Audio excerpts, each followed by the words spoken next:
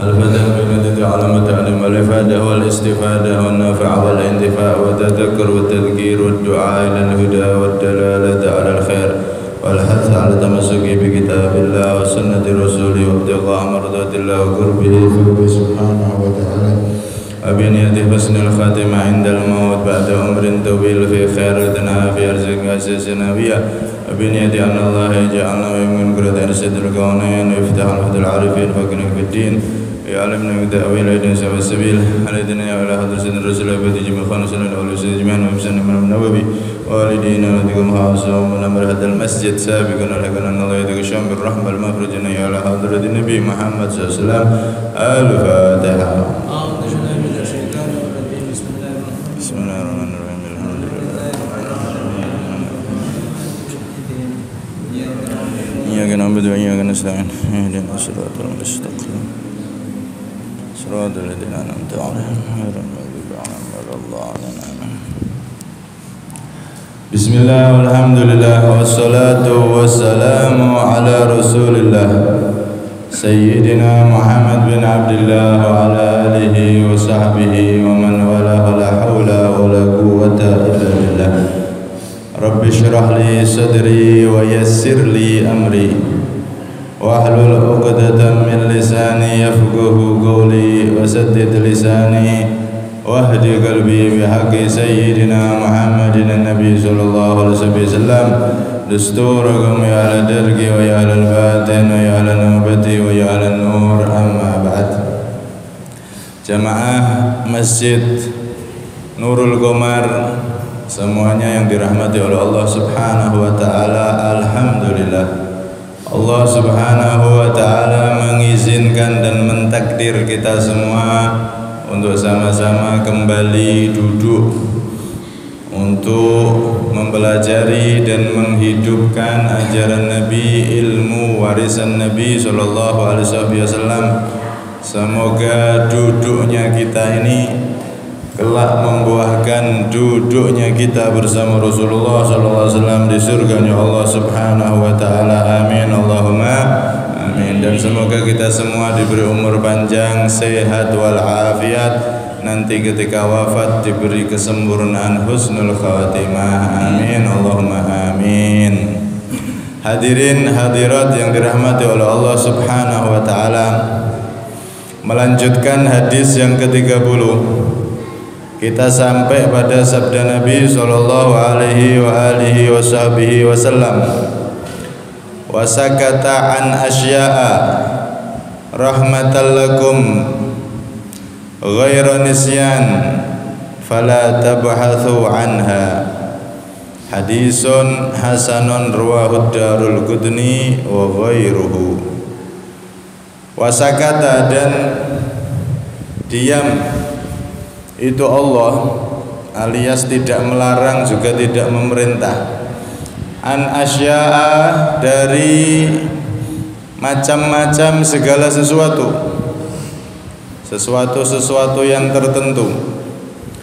Rahmatan lakum, tujuannya karena rahmat kasih sayang lakum kepada kalian. Ghairu nisyan, bukan karena lupa. Fala tabhathu, maka janganlah kalian membahas anha, dari asya, sesuatu tersebut. Jadi di bagian terakhir hadis ke-30 ini, setelah Rasulullah SAW menerangkan ada hal-hal yang diwajibkan oleh Allah, ada batasan-batasan, hukuman-hukuman yang telah ditentukan oleh Allah, ada juga muharramat, segala sesuatu yang diharamkan oleh Allah. Maka di sini Nabi menerangkan ada juga segala sesuatu yang hukumnya mubah. Mubah itu tidak diperintah juga tidak dilarang. Karena itu di dalam fikih hukum Islam itu kan ada 5. Kalau ada perintah dari Allah atau perintah dari Nabi Muhammad dan perintahnya itu kuat, maka jadilah hukumnya wajib. Seperti sholat 5 waktu, itu perintah dan kuat perintahnya. Kalau ada perintah tapi perintahnya nggak kuat, ada perintah dari Nabi, ada perintah dari Al-Quran, tapi perintahnya bukan perintah yang kuat, maka jatuhnya hukum sunnah seperti salat duha dan lain-lain. Sebaliknya, kalau ada larangan dari Allah atau dari Nabi Muhammad, larangannya ini kuat, maka jadilah hukum haram. Seperti minum arak, mabuk, judi, itu larangan kuat, di Al-Quran ada, di hadis ada. Dulu awal-awal Islam minum minuman keras belum dilarang, tapi setelah sekian waktu berjalan akhirnya dilarang, diharamkan. Larangannya kuat maka jadi haram. Kemudian kalau larangannya ini enggak kuat, larangan cuman lemah, maka jadilah hukum makruh. Hukum makruh seperti makan bawang atau yang terkenal ngerokok. Nah, itu masuk dalam kategori makruh. Sudah ada 4 ya. Kalau perintahnya kuat wajib atau fardu. Kalau perintahnya nggak kuat sunnah. Kalau larangannya kuat jadi haram. Kalau larangannya tidak kuat jadi makruh. Tinggal tersisa 1 mubah. Mubah ini sesuatu yang nggak ada larangan, tidak ada perintah. Nggak ada larangan, tidak ada perintah, jadinya mubah. Jadi hukum dalam Islam cuma 5 ini: wajib, sunnah, haram, makruh. Yang 1 mubah. Nih, cuma 5 ini. Nah, di sini Nabi menyebutkan bahwasanya ada juga hal-hal itu tidak disebutkan oleh Allah dan tidak pula disebutkan oleh Nabi Muhammad. Sakata anha, sakata an asya. Allah diam dari hal-hal yang tidak diperintahkan dan hal-hal yang tidak dilarang. Maka jatuhnya mubah. Bukan karena Allah itu lupa, tapi rahmat terhadap umatnya Nabi Muhammad SAW. Pokoknya kalau nggak ada larangan, tidak ada perintah, maka jatuhnya mubah. Dan ini banyak sekali, banyak. Makanya kadang-kadang ada orang yang gagal paham, menghukumi sesuatu hukumnya bid'ah. Hukum kok bid'ah? Contoh seperti dzikir tahlil atau dzikir setelah sholat pakai suara keras, itu hukumnya bid'ah. Hukum itu cuma 5, nggak ada hukum bid'ah. Bid'ah itu bukan hukum. Karena itu kalau kita mau menghukumi haram atau boleh, maka harus ada dalil yang melarang. Mana dalil yang melarang wiridan keras? Mana dalil yang melarang tahlilan? Mana dalil yang melarang maulidan? Mana dalil yang melarang manakiban? Tidak ada larangan, juga nggak ada perintah. Makanya jadinya mubah. Tahlilan itu hukum aslinya mubah. Tahlilan boleh, tidak boleh. Cuman yang dibaca berupa wirid, berupa Al-Quran, jadinya sunnah dzikir. Tapi awalnya mubah. Tidak ada perintah, juga tidak ada larangan. Nah, di sini segala sesuatu yang tidak disebutkan maka jatuhnya mubah, bukan karena Allah lupa. Karena Allah la ta'khuduhu sinatun wala naumun. La ta'khuduhu sinatu wala naum. Allah itu tidak lupa juga tidak tidur. Jangankan Allah, malaikat itu loh, la akla la syurba wala naumalahum. Malaikat aja nggak makan, nggak minum, nggak tidur, nggak punya capek, nggak lupa, apalagi kok Allah Subhanahu wa ta'ala. Allah tidak menyebutkan macam-macam sesuatu yang mubah tadi itu bukan karena lupa, tapi rahmatan lakum, sebagai rahmat untuk kita umat Nabi Muhammad SAW. Karena itu di zaman Nabi, sahabat niku Pak, mereka itu takut kalau terlalu banyak tanya. Nah, wis banyak tanya, nanti jadinya haram, dilarang sama Nabi lama-lama. Makanya mereka takut banyak tanya sekedarnya aja. Ya. Yang sering tanya dan banyak tanya itu sahabat yang dari A'rabi, dari Badui, dari pelosok.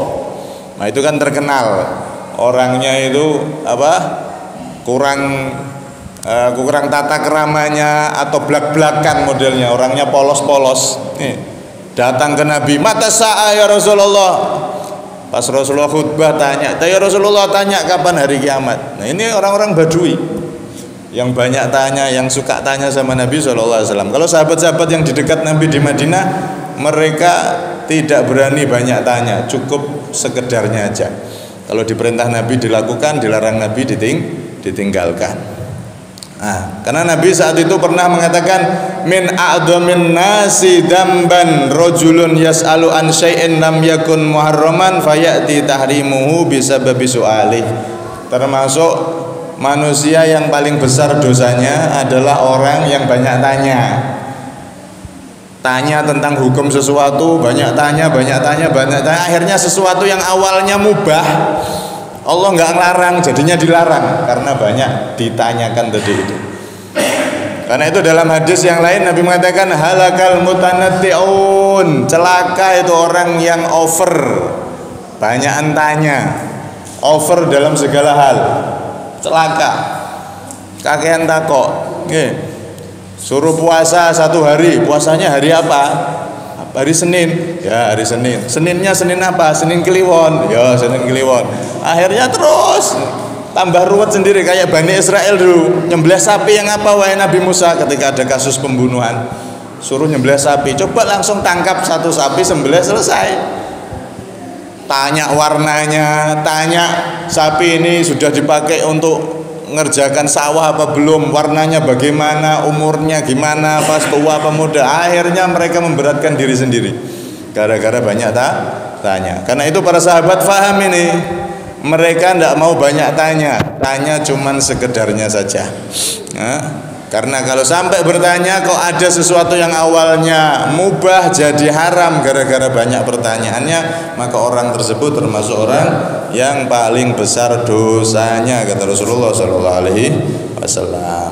Nah, karena itu dalam segala hal kita itu jadilah orang yang gampang, jangan diruwet-ruwet. Yassiru wala tu'assiru, gampang jangan buat ruwet dalam segala hal, tapi ya jangan terlalu gampang juga. Gampang urusan itu jangan dibuat ruwet, tapi jangan terlalu kendor juga. Artinya segala sesuatu yang nggak ruwet nggak usah digerur ruwet. Contoh, zaman dulu Rasulullah ketika pernah beliau itu kembali dari Mekah, pas pergi ke Mekah kembali ke Madinah, itu beliau mampir di salah satu sumur karena untuk minum ataupun wudhu dan lainnya. Nah, ketika mampir di salah satu sumur ini, ada satu orang sahabat yang ngomong sama tukang yang punya sumur ini, akhbirna ya sahibal haud hal taridus sibau wal kilabu ala haudika amla. Sumur atau semacam kayak kali gitu. Wahai orang yang punya ini kali, punya ini sumur, sebelum kami gunakan air, coba kasih informasi tadi itu ada serigala enggak yang masuk ke sini? Ada binatang buas enggak yang masuk ke sini, yang dia itu meminum air ini? Sehingga air ini nanti bisa tercemar atau kotor atau bahkan najis karena digunakan oleh hewan-hewan yang najis tersebut, serigala, anjing, kemudian hewan-hewan buas. Kalau mereka kalau sudah makan binatang itu kan mulutnya najis, binatang buas itu. Ada enggak tadi yang pakai air ini? Sesuatu yang sebetulnya secara dohir udah tinggal make, wong airnya bening, nggak ada tanda-tanda bau, busuk atau apa, enggak ada. Malah diri terbuat. Sini tanya, ini tadi gimana informasinya air ini? Masih suci apa enggak ini? Air yang dari ini. Maka Rasulullah tahu nih, orang ini kok bikin bahan menjadi ruwet, sesuatu yang gampang jadi ruwet.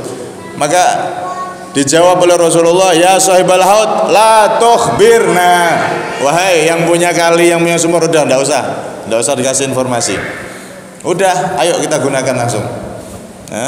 Ini kalau memang ada ya sudah biar diminum sama itu binatang-binatang tadi. Kalau memang enggak, ya ini airnya secara dohir bersih udah kita gunakan. Tidak perlu terlalu banyak tanya akhirnya menyulitkan diri sendiri. Teliti boleh. Tapi kalau sesuatu itu dohirnya bagus, dohirnya orangnya baik, apalagi ahli taat, orangnya bertakwa, ya sudah nggak usah banyak tanya. Contoh kita misalkan bertamu ke orang soleh, orang ini soleh, orang ini ahli ibadah, ahli jamaah, kita disuguhi semangka. Dohirnya semangka halal, dohirnya orang ini orang taat, orang soleh, orang takwa, ya pasti ini dari hasil kerja yang halal. Tidak usah banyak tanya, Pak mohon maaf ya, semangkanya ini tadi sampean beli apa dari mana? Terus belinya pakai uang halal apa tidak? Oh, nek ketemu wong ngenten iki, Pak. Wis ndak usah suwe-suwe, semongkone juga masker nora ini di sana. Ini orang-orang yang ruwet. Dohirnya halal, dohirnya suci, dohirnya bagus, udah gunakan selesai. Kecuali kalau memang tahu sendiri. Artinya ndak usah sesuatu yang sebetulnya gampang dibuat ruwet. Tapi kan untuk menjaga Ustaz, warok ini supaya kita tuh menjaga dari hal-hal yang haram, harus tanya semuanya. Iya, tapi ya lihat-lihat juga. Kalau orangnya ini ahli taat, ahli ibadah, orang soleh, kita dikasih makanan sama dia, ya matur suwun, terima kasih, selesai. Kecuali kalau orang ini terkenal preman, preman, mabuk tiap hari, terkenal tewengi pokoknya ini.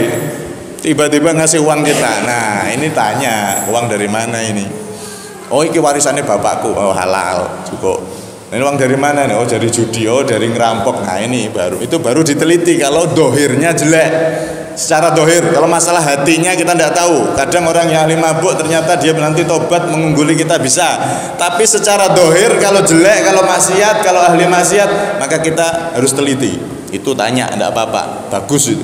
Tapi kalau dohirnya ahli taat, dohirnya orang bagus, maka jangan sesuatu yang sudah gampang jadi ruwet. Wasakata an asya rahmatallakum.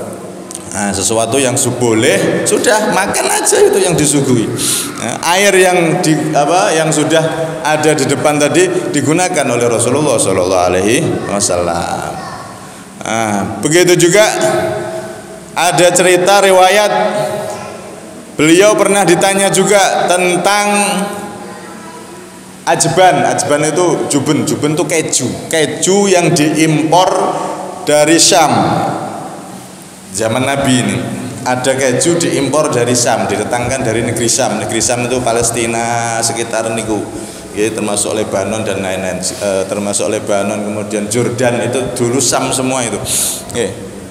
Dari Syam itu, ketika datang dari negeri Syam keju-keju ini, saat itu negeri Syam marak. Di sana banyak orang Majusi yang kalau makan itu hewan-hewan yang sudah jadi bangkai, jadi nggak disembelih, namanya bukan orang Islam. Hewan-hewan sudah mati dimakan. Orang-orang Majusi mereka kerjaannya di sana banyak yang buat keju. Ada orang Islam yang buat keju, ada yang Majusi buat keju.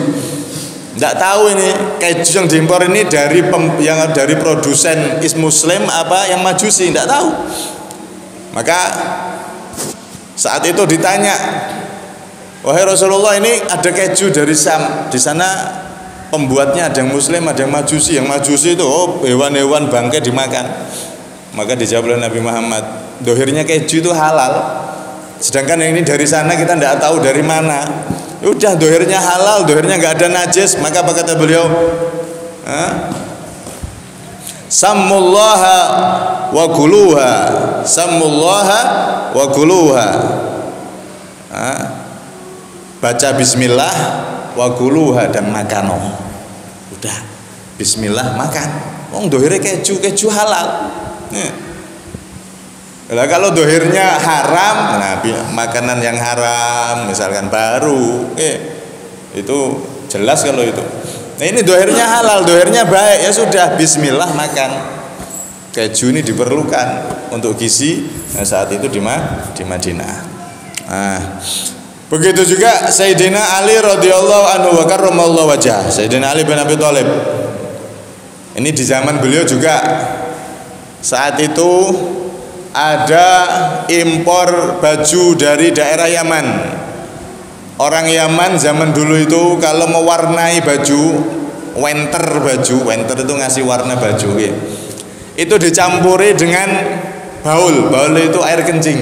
Airnya itu dicampur dengan air kencing biar apa? Biar agak lekat gitu. Saat itu teorinya begitu. Nek dikai air kencing nanti warnanya lebih kuat, lebih lekat. Nah, ini boy zaman dulu. Akhirnya ketika sampai itu baju-baju yang diimpor dari sana, maka ditanyakan, ini Sayyidina Ali, ini ada baju dari Yaman, yang mana di sana kalau mewarnai itu ada yang memakai najis, cuman ada juga yang nggak pakai najis.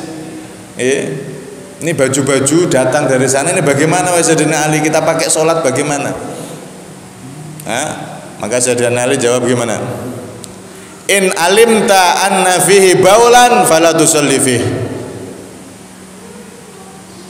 Jika engkau tahu benar baju ini dari produsen yang buat itu cara mewarnainya memang dikasih air kencing, baul, maka ya jangan dipakai sholat, dicuci dulu. Tapi kalau engkau tidak tahu impornya ini dari produsen Yaman yang mereka mewarnai baju ditambahin najis apa tidak, kamu tidak tahu, dan kamu memang nggak tahu, ini datang gitu aja pesen, maka sholat, pakai sholat tidak apa-apa, nggak usah dicuci.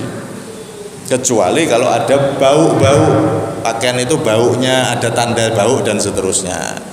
Artinya apa di sini? Sesuatu yang dohirnya baru, bagus, najis apa enggak ya? Ya enggak wes, enggak ada tanda-tanda najis kok. Dicuci apa enggak ya? Pakaian baru cuci dulu, nyusah-nyusahi. Apa nih bodoh, bodoh-bodoh pakaian baru dicuci ya baru nih hilang. Apa nih sing pakaian sing luntur, repot jadinya. Artinya sesuatu yang jelas secara dohir itu bagus, secara dohir suci, ya sudah suci, bismillah dipakai. Nggak usah banyak tanya, ini pakaian dari mana? Oh ini diwarnai pakai apa? Oh ini akhirnya nggak pakai pakaian nanti. Ini termasuk sesuatu yang mubah, yang boleh langsung dipakai tanpa harus banyak tanya. Termasuk juga satu cerita lagi, Sayyidina Ibnu Umar, anak Sayyidina Umar bin Khattab, Sayyidina Abdullah bin Umar. Itu dulu beliau kan termasuk ulama sahabat, termasuk para ulamanya sahabat itu anaknya Sayyidina Umar yang namanya Abdullah bin Umar. Ini termasuk orang alimnya sahabat. Beliau ditanya, kalau kita beli makanan dari pasar, wahai Ibnu Umar, gimana itu? Hukumnya gimana? Najis apa tidak? Dimakan langsung boleh apa enggak? Apa dicuci dulu? Maka apa jawab beliau? Ma wajadtahu fi suqil muslimin fakhudhu. Sesuatu yang kamu dapatkan dari pasarnya orang Islam, yang buat orang Islam, yang jelas orang Islam, maka sudah fakhudhu, ambil makan tidak apa-apa, dicuci bagus, tapi nggak wajib gitu loh. Kalau ada makanan dari pasar nggak dicuci berarti dosa, enggak, mubah itu, cuci boleh, enggak juga boleh. Cuman bagusnya anjurannya dicuci, anjurannya dicuci. Karena pasar itu walaupun dari orang Islam, tapi terkadang barang itu berkeliling atau dipegang-pegang oleh orang, ini mau beli nggak jadi. Kadang orang yang ahli maksiat megang makanan itu, mau beli buah itu atau apa, mau beli nggak jadi. Ini kalau menurut ahlul batin, orang-orang yang hatinya bersih, makanan atau sesuatu yang dipegang oleh orang yang ahli taat itu tangannya ada dampak positifnya, ada berkahnya, ngerti lho. Sebaliknya kalau sesuatu dipegang oleh orang yang ahli maksiat, itu makanan keberkahannya berkurang. Karena itu zaman riyen enten kalau gadah kiai niku ibunya orang biasa, ayahnya orang biasa, tapi anaknya jadi kiai semua. Subhanallah, sampai sekarang di daerah Jogoloyo itu ada pondok pesantren sampai 3 itu kakak adik semua, itu masih dulur kabeh. Bapak ibunya dulu orang biasa semua, bukan kiai, bukan ulama. Ternyata apa rahasianya? Ibunya ini, ibu kiai kula niku, itu kalau beli dari pasar, sebelum makanan apapun masuk ke mulut anaknya ketika masak lombok dikumbasi, dicuci. Kemudian ketika bawang apa dicuci, makanan apa yang bisa dicuci dicuci, kecuali roti pun apa nak dicuci malah bar. Kalau makanan-makanan yang bisa dicuci sama beliau sebelum masuk ke perut anak-anaknya. Kenapa? Agar bersih secara zahir dan bersih secara batin tadi itu. Tahu, siapa tahu dipegang sama orang-orang yang nggak pernah wudu, orang-orang yang ahli maksiat, berdampak negatif pada makanan tersebut. Sampai segitunya. Tapi sebetulnya ini hukumnya bukan hukum wajib nyuci, ndak, sunnah nyuci ya ndak. Pokoknya nek kelihatan bersih suci tidak ada najis ya sudah dimakan langsung boleh. Mubah itu sebetulnya. Cuman kalau dicuci tambah baik. Teliti itu dari makanan dari pasar diteliti, dicuci semua sehingga yang masuk ke mulut ke anak-anaknya itu sesuatu yang bersih, halal dan bersih. Terus ibunya sama ayahnya seneng sama para ulama, cinta sama kiai, cinta sama santri. Wes nek ketemu santri apalagi ketemu kiai, senengnya nggak karu-karuan. Memuliakan luar biasa. Akhirnya anaknya menjelma jadi ulama semuanya. Punya pondok pesantren kabeh sak Jogoloyo niku dari ujung timur, ujung utara ada satu pondok namanya Pondok Langgarwali, di tengah ada Miftahul Ulum, di sebelah sana ada Tasriyah Alawiyah, pondok saya yang ujung sana itu dulu. Itu tiga-tiganya itu bersaudara. Bapak ibunya orang biasa, bahkan orang bodoh, nggak bisa baca kitab, nggak bisa apa. Tapi karena seneng dengan para ulama, seneng sama santri, terus ketika makanan itu masuk ke perut anaknya di bener-bener yang halal dan bener-bener bersih, teliti dia. Kalau dari pasar dicuci semuanya. Maka akhirnya anaknya jadi anak yang soleh, anak yang jadi ulama semuanya. Semuanya jadi ulama. Anaknya yang perempuan dapat istri kiai, jadi ulama semua. Masya Allah, luar biasa ini. Karena itu, di sini segala sesuatu yang mubah, yang tidak ada larangan dari Nabi, tidak ada perintah dari Nabi, tidak ada larangan dari Allah, tidak ada perintah dari Allah, maka jangan kita berani melarang itu. Itu jatuhnya namanya hukum mubah. Hukum mubah itu boleh, mubah itu kan dilakukan tidak dosa dan tidak dapat pahala, ditinggalkan juga sama, enggak dosa yang juga tidak berpahala.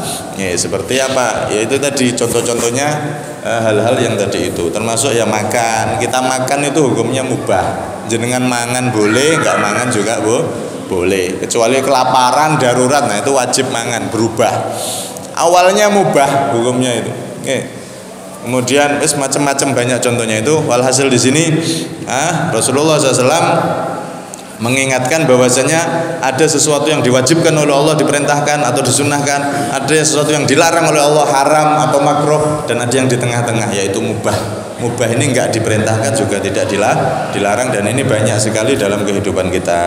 Nah, hadis ini diriwayatkan oleh Imam Daruqutni dan juga yang lain. Imam Daruqutni ini sedikit tentang beliau. Rawah hadisun hasan, hadis hasan riwayat Imam Daruqutni. Imam Daruqutni ini nama aslinya adalah Ali bin Umar. Beliau punya karangan kitab Sunan, isinya hadis. Kemudian di zaman itu beliau adalah Faridu Asrih, sosok tunggal dalam masanya, artinya paling alim saat itu. Bahkan dijuluki Amirul Mukminin fil hadis, pemimpinnya orang mukminin, kaum mukminin di dalam ilmu hadis di zaman itu adalah Imam Daruqutni. Jadi penguasa hadis paling alim sedunia. Imam hadis, imamnya orang-orang kaum mukminin dalam bidang ilmu hadis, dan beliau luar biasa, orang yang benar-benar menguasai ilmu agama yang luar biasa dan mendapatkan nama yang harum hingga sampai sekarang. Imam Daruqutni yang meriwayatkan hadis ini. Semoga kita mendapatkan keberkahan beliau dan keberkahan dari para guru-guru kita, orang-orang soleh semuanya. Amin Allahumma amin. Berangkunya minta maaf, hada minni wal afa minkum. Assalamualaikum warahmatullahi wabarakatuh. Bismillahirrahmanirrahim.